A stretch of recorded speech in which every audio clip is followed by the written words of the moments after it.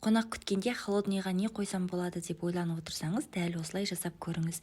Алдымен бізге суға піскен картошка қажет болады. Құрамына ешқандай сыр, жұмыртқа қоспаймыз. Суға піскен картошканың үстіне дәмдеуіштер және де жүгері крахмалы, азғана сұйық май қосып, вилканың көмегімен дәл видеодағыдай жақсылап біркелкі етіп езіп дайындап аламыз. Одан кейін дәл видеодағыдай екі алақанымыздың көмегімен кішкентай ғана осындай дөңгелек формалар шығарып аламыз.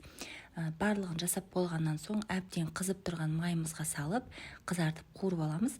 Қаласаңыздар, картошканы дөңгелек формаға салып болғаннан соң панировочный сухарики браунатып алып қуырсаңыздар да болады. Өте дәмді болып шығады. Көріп тұрғандарыңыздай қуырып дайындап алдық. Енді бізге черри қызанағы, қияр және де суға піскен жұмыртқа қажет болады. Дәл осы видеодағыдай ағаш таяқшаға бірін-кетін жайғастырып шығамыз. Өте әдемі, столыңыздың сәнін келтіріп тұратын ерекше болары сөзсіз.